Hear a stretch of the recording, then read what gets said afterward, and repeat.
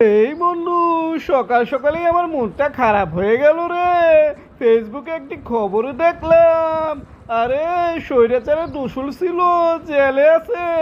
ওরে ছুটানোর জন্য ওর বউ ছাত্রদলের এক নেতার বাড়িতে যায়। তারপর যে সকল ঘটনা ঘটায় তা মুখে বলার মতো না রে। 1 বছর হয়ে গেল, এখনো ওই নেতা মুক্তি পায় নাই। ঘটনাটা কি হৃদয় বিদারক না রে? এই বন্ধু, একটা বিষয় চিন্তা করে দেখছোস? খবর কিন্তু সব একই থাকে। সময়ের পরিবর্তন হয় কিন্তু খবরের পরিবর্তন হয় না।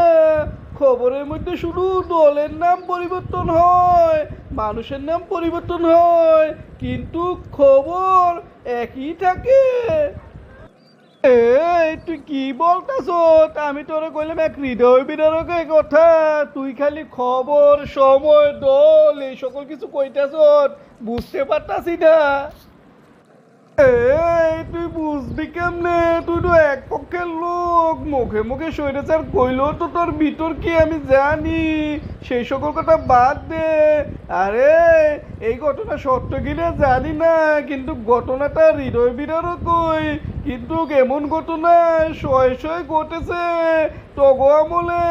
সেটা তো তুই জানোস না, নাকি সেটা বুঝলা গেছস? এই ঘটনা কি মানা যায় নাকি? আগে হইছে কিনা কেউ কইতে পারবো?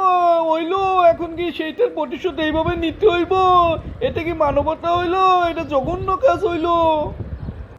আরে বন্ধু, এই জঘন্য কাজের সাপোর্ট কেউই করে না।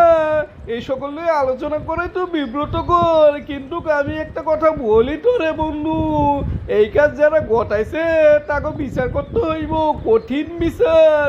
কিন্তু দেখ, একটা বিচার দেখ, নিষ্ঠুর একটা বিচার দেখ।